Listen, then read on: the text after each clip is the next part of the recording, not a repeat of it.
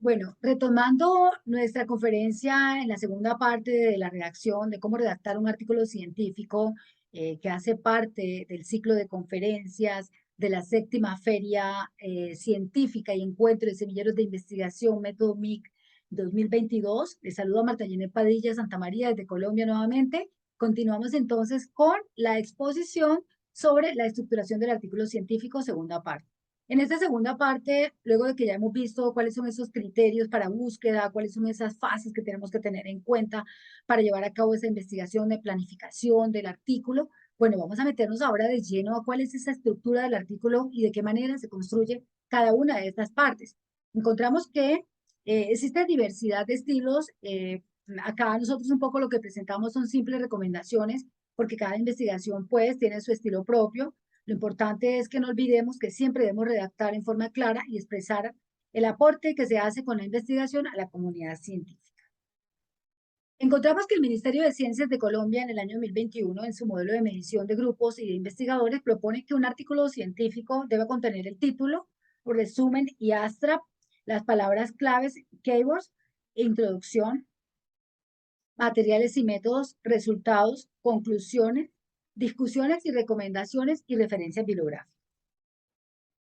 De igual manera, encontramos que hay otras propuestas de estructuras de artículo como que es la que utilizan la mayoría de revistas, con la estructura INRED, que un poco el formato es introducción, método, resultados y discusión, que es ese formato que estamos utilizando en esta feria de investigación.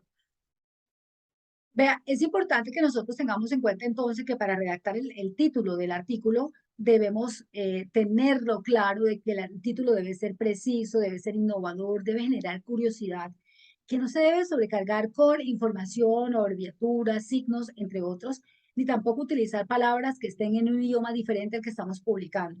Recuerden que el título tiene una función que es adelantar el contenido del texto, es decir, lo que pretende es servir de señuelo para que llame la atención de este lector a que continúe explorando este artículo. Entonces, ¿cuáles son esos elementos que se deben tener en cuenta para construir un título? Bueno, acá les traigo un ejemplo. Si mi título se llama Liderazgo Político, a ver, vamos a descomponer un título que ya hice. Liderazgo Político de la Mujer en Instituciones Públicas de Santa Marta Magdalena, Colombia, ¿ok? Entonces, las partes que debe tener un título son variable o categoría, dependiendo si es cuantitativa o cualitativa. Luego viene la población y luego el contexto. Entonces, en este título que tenemos acá, encontramos que la variable o la categoría podría ser liderazgo político, ¿verdad? La población sería de la mujer y el contexto donde se está llevando a cabo el estudio en las instituciones públicas de Santa Marta Magdalena. Tenemos acá variable o categoría, es decir, el fenómeno que estamos estudiando, que podría ser liderazgo político, políticas públicas, clima organizacional, podría ser acoso escolar, entre otros. Vemos entonces que tenemos que otra de las partes de las que el Ministerio de Ciencia nos indica que hacen parte de un artículo científico es el resumen. Acá nosotros pues les decimos que todos sabemos de que el resumen es esa parte del artículo que condensa ese contenido del trabajo eh, y que tiene una extensión que es fijada por parte de la revista donde vamos a publicar. ¿Cuáles son esos aspectos que debemos tener en cuenta para escribir un resumen sin divagar en él? Objetivo general de la investigación, autores más relevantes que nosotros tuvimos en cuenta, cuál fue el método, la metodología, qué resultados tuvimos, cuáles fueron las conclusiones y las recomendaciones. Es importante que no escribamos en el resumen información que no aparezca en el artículo. Vemos entonces que cuando nosotros vamos a redactar un resumen, no debemos olvidar que es probable que sea la única parte que esta persona, el lector, el que está buscando, haciendo la revisión sistemática, quiera leer. Entonces, por ello, ese resumen tiene que ser preciso, debe dar la información exacta, porque es probable que sea elegido por esas características que está presentando. Entonces, debe proporcionar una orientación, una información suficiente. El resumen debe incluir de manera detallada los resultados, las conclusiones del artículo y se debe ajustar siempre a las palabras que nos pidan la revista donde estamos publicando. El lugar del resumen va ubicado justamente después del título, pero el título, luego vienen los créditos y las coletillas y posteriormente pues viene el resumen. Un resumen bien formulado siempre debe guardar relación con el título y con el conjunto de palabras clave, ¿verdad? Porque ello constituye una ayuda en el momento de que sea buscado en las bases de datos. Aquí tenemos un ejemplo de un resumen. El presente artículo tuvo como objeto analizar el acoso escolar desde la óptica de la integridad personal y su relación con la violencia y otros derechos.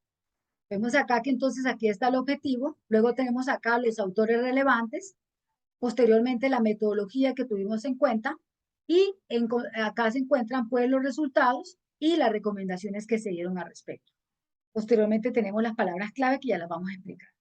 Ok, antes de las palabras clave debemos decir que luego de que ya tenemos estructurado el resumen, y esto es importantísimo porque normalmente escribimos el resumen, lo traducimos, luego lo reformamos para reducir el número de palabras y se nos olvidó y el ASRAP quedó como estaba inicialmente. Entonces, primero hacemos el resumen, lo adecuamos al número de palabras que estén todos los elementos que dijimos anteriormente y cuando ya no vayamos a cambiar nada, ahí sí vamos y lo traducimos en el idioma que nos pide la revista. Entonces, vemos que el resumen el abstract es simplemente el resumen traducido al idioma que nos pide la revista, o al inglés que es normalmente. Cuando hablamos de las palabras claves, encontramos que generalmente son esas palabras del texto que ayudan a ubicarlo dentro de los índices sistemáticos. Entonces, las palabras clave pueden responder a las variables que estamos estudiando o a las categorías, también al tema central, a las dimensiones o teorías que lo fundamentan. Normalmente el número de palabras va de 3 a 6 dependiendo de lo que nos pida la revista. Ahora bien, vamos a hablar de otra parte fundamental del artículo que es la introducción. Como todos sabemos, la introducción un poco tiene la función de presentar, anunciar y despertar el interés del lector. Pueden presentarse allí el objetivo que se pretende en la investigación y no debe incluir o adelantar conclusiones. Pero ¿cuáles son las partes que tenemos que tener en cuenta para redactar una introducción sin meternos en un mar de información que no lleve a nada al lector? Primero que todo, es importante hacer referencia a esos antecedentes que ustedes encontraron allá cuando estaban haciendo la búsqueda sistemática y que eligieron, ¿verdad? Pueden referenciar 2 o 3. Luego, bueno, hacer alusión a esas investigaciones relacionadas con el tema que ustedes están investigando. Posteriormente, ustedes presentan la investigación de ustedes, la que están llevando a cabo, ¿verdad? Estableciendo claramente la naturaleza y alcance del problema que están estudiando. Se recomienda entonces que la introducción sea usada como esa presentación del trabajo en donde se sintetizan elementos de importancia como antecedente, metodología, entre otros. Y acá tengo que hacerles una salvedad. Si la revista no les pide metodología de manera independiente, este es el lugar preciso al final de la introducción, hacer alusión a la metodología, ¿ok? Pero si lo pide de manera independiente, entonces tendrán que hacerlo de manera organizada. Se redacta la metodología de acuerdo a los procedimientos, los métodos que ustedes utilizaron para llevar a cabo ese artículo científico. Vemos entonces que la introducción debe explicar la finalidad del artículo, debe exponerse el tema de manera concisa posible. También tenemos que tener en cuenta no utilizar abreviaturas que sean poco corrientes y no incluir abreviaturas que no estén normalizadas a nivel nacional. Bien. Otro aspecto relevante, lo que decíamos anteriormente, no, la revista nos está pidiendo la metodología en forma independiente. Ok, entonces vamos a hablar de la metodología y acá nosotros vamos a hacer alusión a qué fue lo que hicimos, cómo lo hicimos, a través, cuál fue lo que, por ejemplo, si es un artículo de revisión bibliográfica, podríamos enunciar cada uno de los pasos que hicimos allá en ese ejemplo de la revisión sistemática, de todos los artículos que encontramos, que luego de leer el título que estaban duplicados, eliminamos, luego de que los títulos no correspondían, eliminamos, luego de que leímos completamente, eliminamos y en últimas quedamos con 43. Entonces, veamos que en esta metodología, un poco lo que nosotros buscamos es explicar cómo se ha buscado la bibliografía, qué criterios se tuvieron en cuenta para escoger lo que era útil, lo que no era útil para el artículo, y se evalúa la calidad de los artículos que se hayan escogido para, en últimas, analizar su confiabilidad. Ahora bien, si la revista es rigurosa y pide que de manera detallada se indique cuál fue el paradigma, cuál fue el tipo de investigación, bueno, acá nosotros les traigo un ejemplo para que no nos perdamos tampoco en esa argumentación de la metodología. Y entonces nosotros podemos decir que el paradigma de la investigación, existen básicamente dos paradigmas que son los más usados, que es el positivista y el paradigma interpretativo. Encontramos que el positivista tiene mucha relación y alquimia con pues, el enfoque cuantitativo, por cuanto el positivismo surge dentro de las ciencias exactas y el enfoque cuantitativo un poco también busca hacer mediciones estadísticas, recolección de datos con medición numérica. En cambio, el paradigma interpretativo se adecua al enfoque cualitativo y el enfoque mixto que podría tener una mixtura entre aspectos cualitativos como cuantitativos.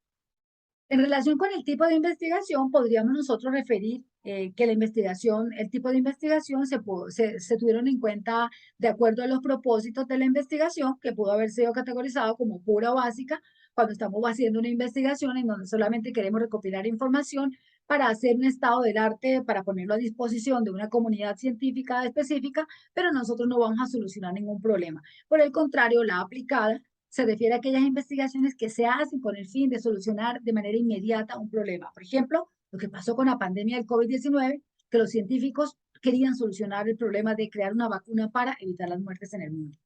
Vemos entonces que, según el nivel que alcanzará la investigación, ustedes pueden tener la posibilidad de categorizar el tipo de investigación en exploratoria. Por ejemplo, la del COVID-19, no había ningún antecedente sobre este tema.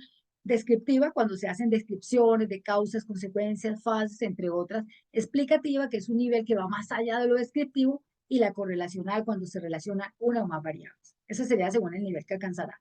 También según las fuentes de donde se origina la información, podríamos decir que la investigación puede ser documental, de campo, experimental y no experimental. ¿Cuándo es documental? Cuando hacemos revisión de libros, ¿verdad? Simplemente estamos contrastando teorías, estamos haciendo análisis crítico de investigación y nos adherimos o no a una postura teórica.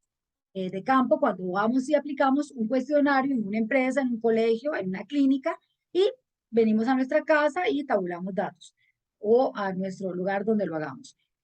Cuando es de campo experimental es cuando hacemos el experimento en un laboratorio y luego sistematizamos esos datos, ¿verdad? Vemos también entonces que esta sería la metodología que ustedes podrían tener en cuenta en dado caso de que la revista les pida de manera rigurosa enunciar cuál fue cada uno de los paradigmas que usaron, el tipo de investigación, entre otros. Ahora bien, en relación con el abordaje teórico, que es como ese punto neurálgico donde nosotros vemos que la gente tiene dificultades porque no sabe qué abordar, nosotros hemos aquí pues traído unas estrategias y bueno, ese abordaje teórico un poco lo que recomiendan los autores es que debe estar dividido en sus secciones mediante un encabezamiento de carácter informativo, ¿verdad? Y entonces, para nosotros no perdernos en esa estructuración de ese abordaje teórico, yo les traigo una propuesta. Nos fijamos unos objetivos, el objetivo general, ¿verdad? El objetivo general un poco que tiene la finalidad de señalar lo que se aspira en la investigación. Por ejemplo, si yo voy a hablar sobre el liderazgo femenino, el tema que yo voy a abordar grueso, que yo voy a abordar, el fenómeno es el liderazgo femenino, ¿verdad? Ese sería entonces el objetivo general que nosotros nos vamos a plantear. Más adelante vamos a ver. Un poco los objetivos generales lo que buscan es orientar esas líneas de acción que se ha de seguir en esa investigación. Entonces, para formular los objetivos es importante tener claro cuál es esa problemática que nosotros estamos estudiando. Debemos relacionar ese objetivo con esa temática de ese problema que nos estamos proponiendo. Debemos redactarlos con verbos en infinitivo que expresen una intención de nosotros como investigadores y que se pueda alcanzar. También debemos especificar esa variable o categoría que estamos estudiando, es decir, que tiene que estar relacionado con ese fenómeno. Ya más adelante vamos a tener esto muy claro. Y ubicar el objeto de estudio más el contexto. Esa es como la forma. Veamos entonces. El objetivo general no presenta detalles porque está abordando el fenómeno de manera global, ¿verdad? Entonces, ¿cuál es esa estructura? Un verbo en infinitivo amplio como evaluar, analizar, determinar. La variable o la categoría, si estamos hablando de una investigación de corte cuantitativo, pues sería una variable, el fenómeno que estamos estudiando sería variable, pero si por el contrario es cualitativo, entonces sería categoría. Más la población, es decir, a los sujetos que estamos estudiando, más el contexto, es decir, el lugar donde están ubicados esos sujetos que estamos analizando. Por su parte, los objetivos específicos, un poco la selección depende de la forma en que se pueda descomponer esa variable o esa categoría. Cuando hablamos variable o categoría, no nos confundamos, simplemente ese gran fenómeno que estamos estudiando, que estamos indagando, que puede ser políticas públicas, liderazgo, crimen organizacional, acoso laboral, acoso escolar, entre otros. Entonces se presentan estos objetivos específicos dependiendo pues el orden de las dimensiones o subdimensiones. Por ejemplo, nosotros buscamos artículos en Google Académico y encontramos que un autor nos habló sobre liderazgo y encontramos que lo abordó de acuerdo a las cualidades, es decir, las dimensiones, cualidades, habilidades, retos. Ya vamos a ver ese ejemplo. Entonces, ¿cuál es la estructura de un objetivo específico? Un verbo en infinitivo mucho más pequeño que el general, ¿no? Entonces, si el general es analizar, acá podría yo tener un verbo como describir, ¿verdad? Perfecto. Luego, la dimensión, es decir, esa parte más pequeña de ese gran fenómeno que estoy estudiando. Luego la población, que son las personas que estamos estudiando, y el contexto donde están ubicadas esas personas investigadas. Tenemos acá un ejemplo. El objetivo general es analizar las teorías políticas clásicas de formación del Estado. Vemos entonces que si mi gran fenómeno es las teorías políticas clásicas, yo tendré que descomponer estas teorías políticas clásicas de acuerdo a lo que me dicen los autores expertos en ese tema, ¿verdad? Derecho constitucional. ¿Qué pasa? Encontré que hay un autor que dice que las teorías políticas clásicas dividirse en tres: las teocráticas, las contractualistas y las marxistas-leninistas. ¿Qué significa eso? Esas son las partes más pequeñas de ese gran fenómeno que estoy estudiando, que lo puedo convertir en objetivos específicos, pero que más adelante me van a servir de cada una de las secciones de mi marco teórico y no me voy a perder en meter todo allá sin tener un norte. Vean ustedes por qué nosotros llegamos acá a los objetivos específicos. Porque estos objetivos específicos nos permiten redactar esa parte teórica en cada una de sus secciones y luego irlo rellenando como le voy a explicar más adelante. Bien, acá tenemos otro ejemplo. El objetivo general, determinar el liderazgo en los encargos de dirección. Bueno, no leamos el resto para un poco avanzar, porque acá estamos analizando es el tema del fenómeno con las dimensiones en que se descompone. ¿Cuál es el fenómeno que estamos estudiando? Liderazgo femenino, ¿verdad? Listo. ¿Cuáles son las dimensiones de esta variable que estamos estudiando?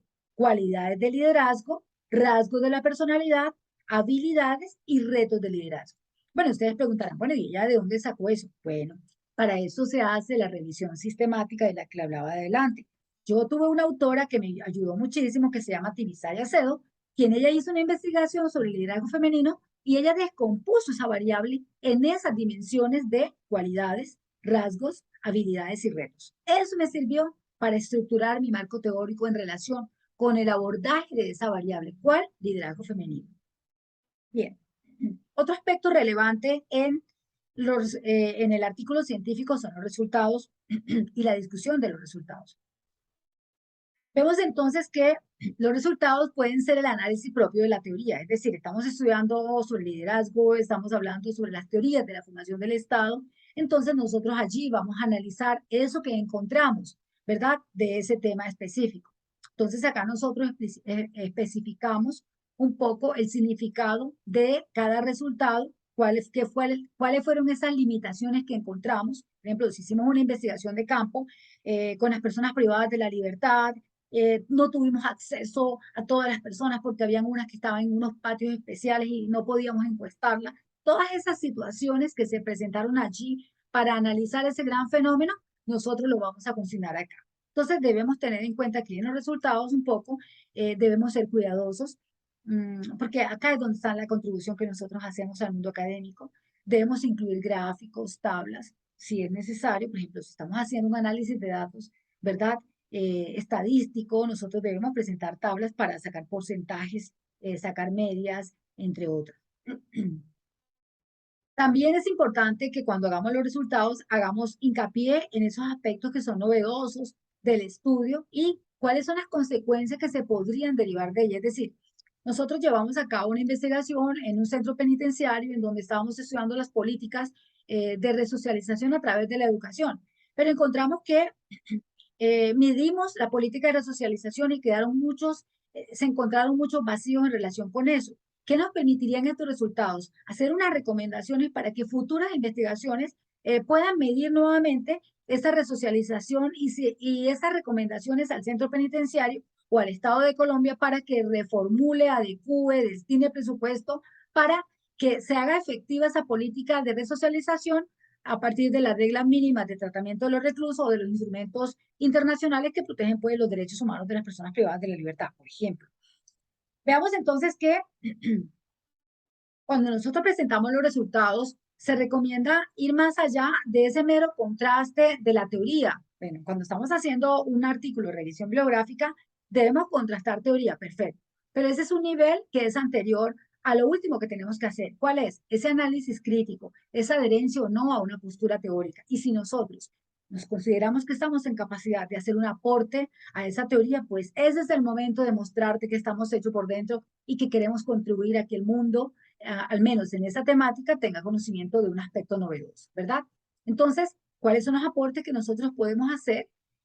Porque acá es donde nosotros expresamos esa capacidad de análisis y ese aporte que podemos hacer a la realidad de lo que estamos estudiando. Dos errores frecuentes que se presentan en los resultados es repetir los resultados y discutir aspectos que no se han presentado dentro del estudio. Ahora, en relación con las conclusiones, que es otra parte importante dentro del artículo, acá nosotros vamos a expresar nuestra opinión, establecemos relaciones entre hechos, señalamos causas, consecuencias, establecemos alternativas, planteamos nuevas posibilidades, confirmamos, rechazamos hipótesis, ¿verdad? Recapitulamos. Y debemos siempre recordar que las conclusiones deben expresar los resultados o hallazgos encontrados mediante la realización de ese trabajo de investigación. No se deben expresar elementos que no se presentaron dentro del trabajo. Pueden hacerse algunas breves recomendaciones en relación con el tema que estamos estudiando. Ahora, las referencias bibliográficas son importantes toda vez que permiten ver la profundidad y la rigurosidad del trabajo. Vemos que la lista de referencias bibliográficas deben elaborarse con sumo cuidado, deben conservar cada uno de los elementos, prestando atención a cada uno de los detalles de acuerdo pues a las instrucciones que dan la revista. Por ejemplo, si hemos citado una recomendación, cuando hagamos el artículo podemos o imprimir las referencias bibliográficas o simplemente tener la pantalla dividida en dos y mirar la referencia, el orden de las referencias que coordine con cada una de las citas que están dentro del cuerpo del trabajo, ¿verdad? En relación con los anexos, bueno, si bien es cierto, cuando publicamos los artículos no nos piden los anexos, es probable que esos pares evaluadores nos pidan los anexos para hacer constatación de la información que esté dentro del artículo, pero nunca se publica. En relación con las fuentes de información, bueno, es importante que tengamos en cuenta que las fuentes primarias, existen fuentes primarias y fuentes secundarias. Las fuentes primarias son aquellos que contienen información nueva y original, resultado de un artículo científico, ¿verdad? Un trabajo científico. Son documentos primarios los libros, las revistas científicas, los de entretenimiento, periódicos diarios, documentos oficiales, entre otros. Las fuentes secundarias contienen esa información organizada, pero que ha sido elaborada producto de un análisis, extracción, reorganización, de aquellos documentos originales, ¿verdad? Es decir, de aquellos artículos científicos. Entonces, ¿cuáles son fuentes secundarias? Las enciclopedias, los diccionarios, algunos artículos que interpretan otros trabajos científicos. Bueno, luego de que ya hemos hecho el artículo, hemos contrastado todas las referencias bibliográficas, entonces nosotros vamos a hacer esta última fase que es la de revisión. ¿Qué pasa con esta fase de revisión? Es revisar el artículo para garantizar que tiene la claridad que se requiere y la precisión y cumpla los requisitos que nos pide la revista. Debemos, por ejemplo, enseñar el título y el resumen a otros colegas para que ellos nos digan cómo les parece. Debemos revisar de manera detallada el manuscrito, la ortografía, los signos de puntuación, entre otros. Debemos comprobar si esa información que tenemos dentro del artículo es coherente, si no hay contradicciones ni internas, y que cada elemento esté donde tiene que estar, que debe haber una hilación lógica, coherente y armónica. Por ejemplo, si las figuras y cuadros están bien citados y debemos cerciorarnos la redacción y las terminologías. Hablemos de algo relevante dentro del mundo científico y es el plagio. ¿Pero qué entendemos por plagio? Bueno, plagio es presentar un trabajo ajeno como propio. En primera instancia, el plagio más burdo, ¿verdad? adoptar palabras o ideas de otros autores sin ese debido reconocimiento.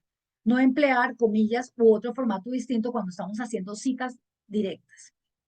Cuando damos información incorrecta sobre la verdadera fuente de una cita. Cuando hacemos un parafraseo sin mencionar la fuente. Cuando parafraseamos de manera abusiva, a pesar de que hagamos alusión a la fuente. Cuando hacemos prácticas fraudulentas, como por ejemplo fabricamos, falsificamos datos y plagio, cuando hacemos publicaciones duplicadas o cuando tenemos conflictos de autoría. Pero ¿cómo escribimos sin plagio? Porque no podemos decir solamente que es de plagio, pero ¿cómo hacemos para no escribir, a ver, para que no tengamos plagio? Entonces, lo que nos recomiendan los autores consultados y lo que recomendamos de manera individual es que debemos evitar copiar párrafos de otros autores, ¿verdad? Entonces, porque si nosotros copiamos el párrafo y se nos olvida citar, estamos cometiendo plagio. Si es una cita directa y se olvida entrecomillar, es plagio. Si se ha parafraseado mal, pero citamos, es una mala práctica de redacción. Entonces nosotros lo que tenemos que hacer es partir de ideas y constructos propios, luego ajustarlo a la revisión de literatura. Vamos a ver, ¿cómo lo hacemos? Hacemos una lluvia de ideas, definiendo ideas claves, ¿verdad? Empezamos. Segundo, ordenamos las ideas. Tercero, redactamos cada párrafo que queremos que vaya en nuestro manuscrito. Tercero, buscamos información complementaria para cada idea. Revisamos si esos párrafos expresan la idea que nosotros queremos comunicar. Revisamos si esas ideas tienen una secuencia lógica y nos hacemos la pregunta, ¿se puede reducir? Si se puede reducir, definitivamente lo debemos hacer. Debemos verificar las citas bibliográficas, revisar ortografía y gramática.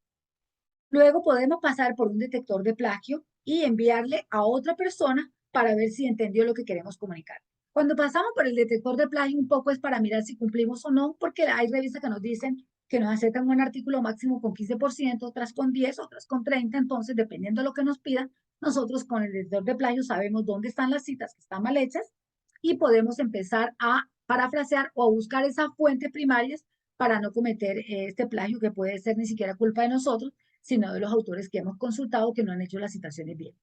Entonces, por ejemplo, miren, un ejemplo de lo que acabo de decirles.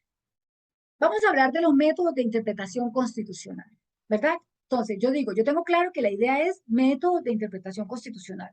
Entonces, luego de que ya hice la revisión sistemática, encontré que los autores dicen que existen varios métodos, pero yo voy a traer tres dimensiones de esos métodos, o sea, tres tipos de métodos. Entonces, interpretación con base en la norma, con base en la realidad y basada en casos.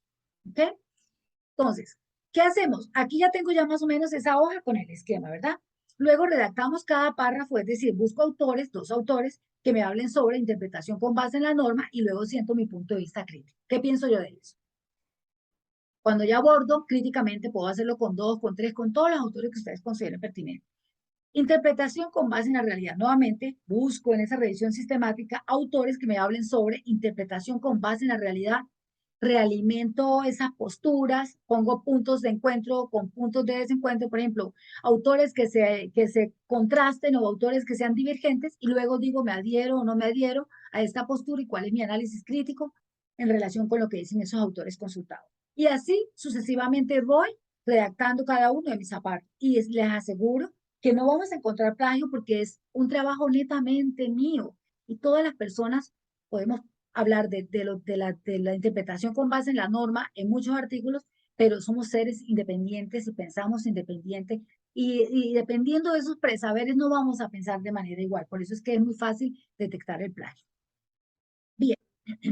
Otro ejemplo que nosotros podemos saber, allá más adelante les había planteado un objetivo general, las teorías políticas clásicas de formación del Estado, ¿se acuerdan?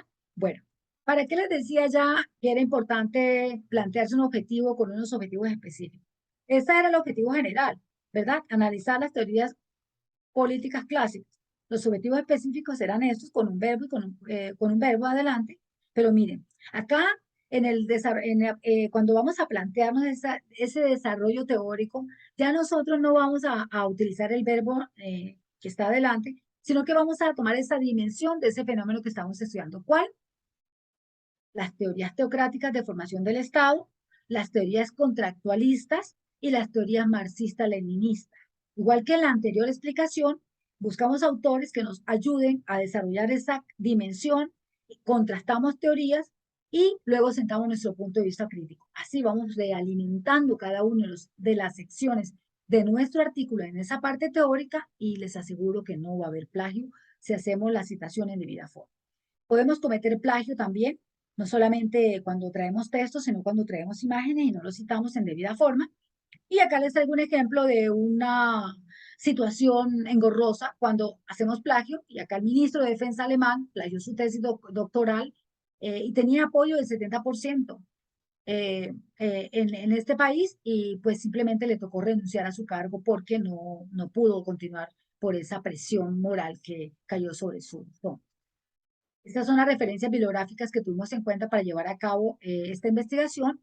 Nosotros terminamos esta exposición un poco con una frase que dice: la excelencia escrita se logra cuando se conduce al lector suavemente de idea en idea. Sharon Monroe. Muchísimas gracias, esperamos que haya sido de buen provecho, que sea de buen provecho esta conferencia y estamos abiertos pues a cualquier aclaración. Muchas gracias.